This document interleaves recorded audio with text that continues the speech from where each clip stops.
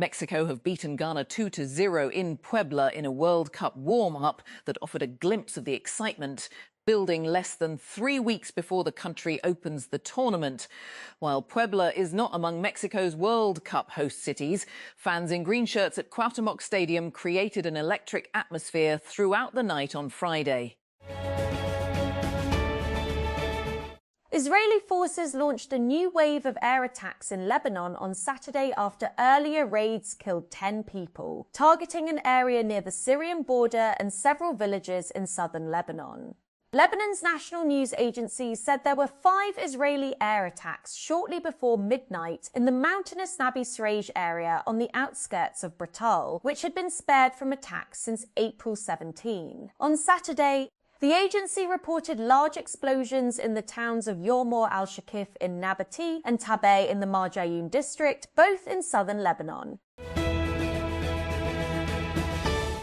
Tempers flared between Virat Kohli and Travis Head in the Indian Premier League, as the former India captain refused to shake hands with the Australian batter after Head's Sunrisers. Hyderabad handed Kohli's Royal Challengers Bengaluru a crushing 55-run defeat. The two exchanged heated words when Kohli opened for Bengaluru, looking to chase down a daunting target of 256. During the exchange, a visibly angry Kohli was seen gesturing towards Head to come and bowl.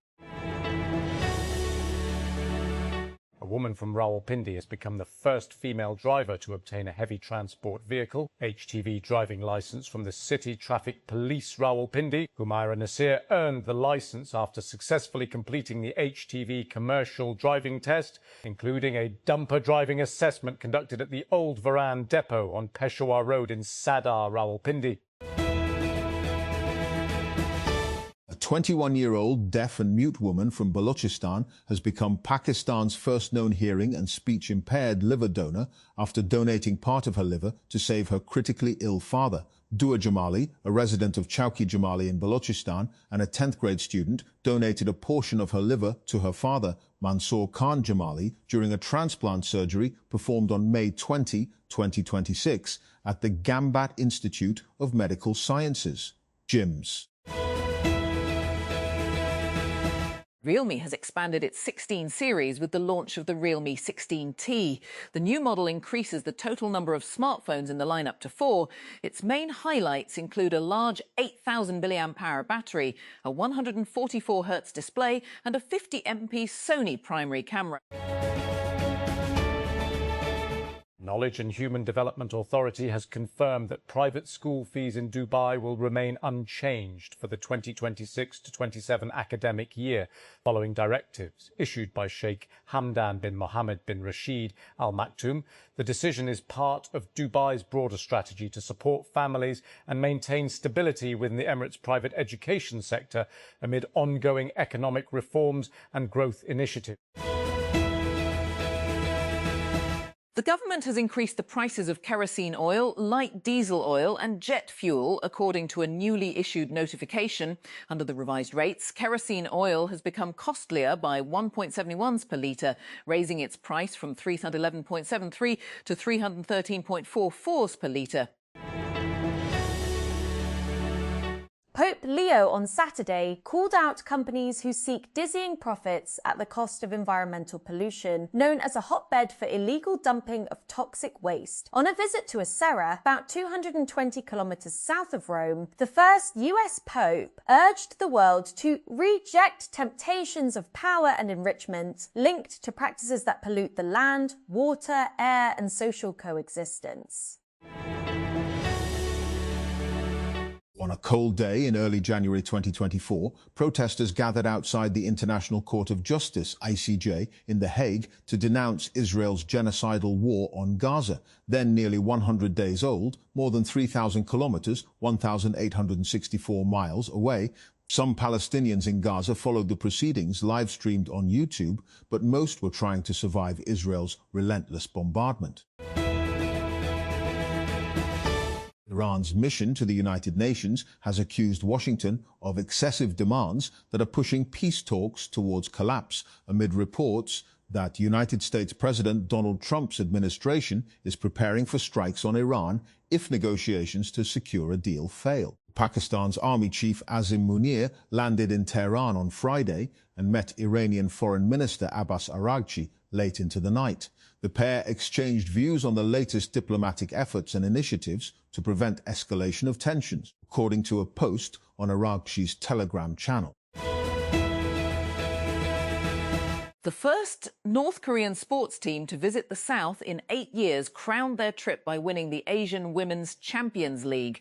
Beating Japan's Tokyo Verdy Belleza 1-0 in the final, Naegohyang Women's FC lifted the trophy on Saturday thanks to captain Kim Kyung-yong's goal just before half-time in the South Korean city of Suwon.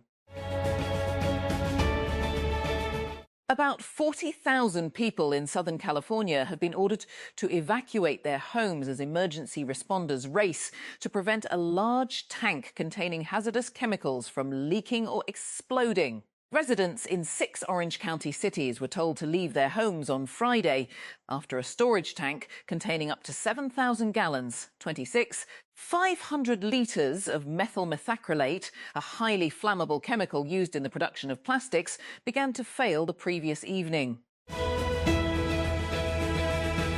Q Autos has officially launched Chinese automaker Kaiyi in Pakistan, introducing the Kaiyi X3 Pro EV crossover along with 2 variants of the Kaiyi EQ04 electric hatchback at a launch event in Lahore. The company entered the market with 3 electric vehicles, including the X3 Pro EV crossover and the EQ04 hatchback in 300 kilometres and 400 kilometres range variants. The Kaiyi X3 Pro EV has been launched with a claimed driving range of 401 kilometres on a single charge.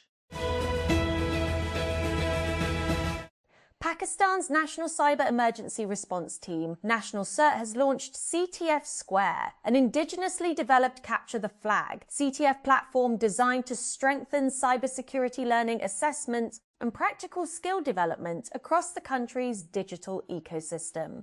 The initiative is part of National CERT's broader efforts to improve cyber resilience and build local cybersecurity capacity through hands-on technical training and simulation-based exercises.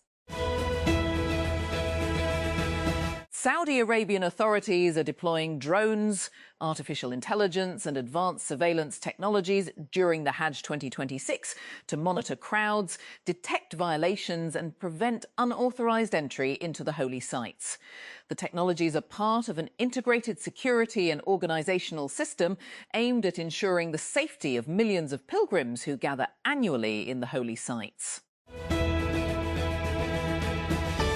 Punjab Sports Board will increase the number of its sports academies to 18, with the new facilities expected to become operational during the first week of June 2026. According to officials, the academies will provide free sports training to more than 2,000 boys and girls in various disciplines across the province. No training fees will be charged from participating athletes. In a major relief for citizens ahead of Eid al-Adha, Chief Traffic Officer CTO Lahore Abdul Rahim Shirazi has allowed loader rickshaws carrying sacrificial animals to use Canal Road under certain conditions. According to the CTO Lahore, the relaxation will remain in place until Eid al-Adha and will apply only to loader rickshaws being used for the transportation of sacrificial animals.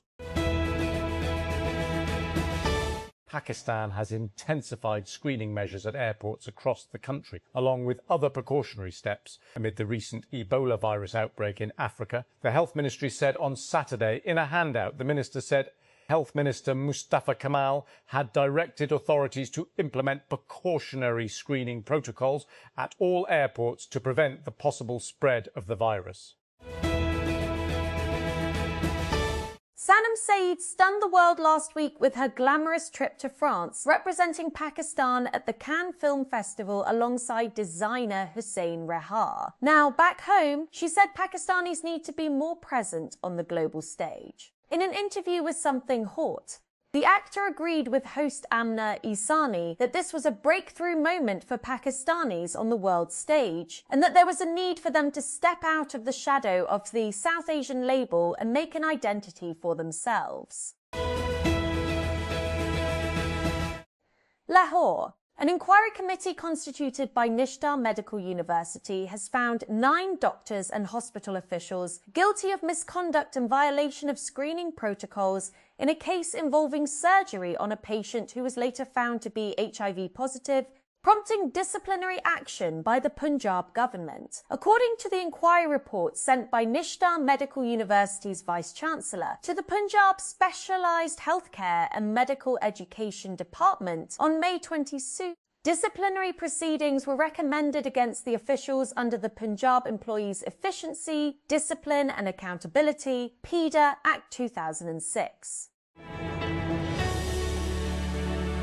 Trump Mobile has confirmed that customer information was exposed on its website, adding another issue to the delayed launch of its first smartphone. The exposed information included customer names, phone numbers, home addresses and email addresses, TechCrunch reported. The company said it is investigating the matter and has not found evidence so far that the information was used maliciously. Mariam Nawaz, Chief Minister of Punjab, has directed authorities across the province to strictly enforce Eid-ul-Azha SOPs and ensure cleanliness, security and public facilitation during the holidays. She also ordered the imposition of a 50,000 fine on people found throwing animal waste and offal on streets, roads, drains and canals during Eid days.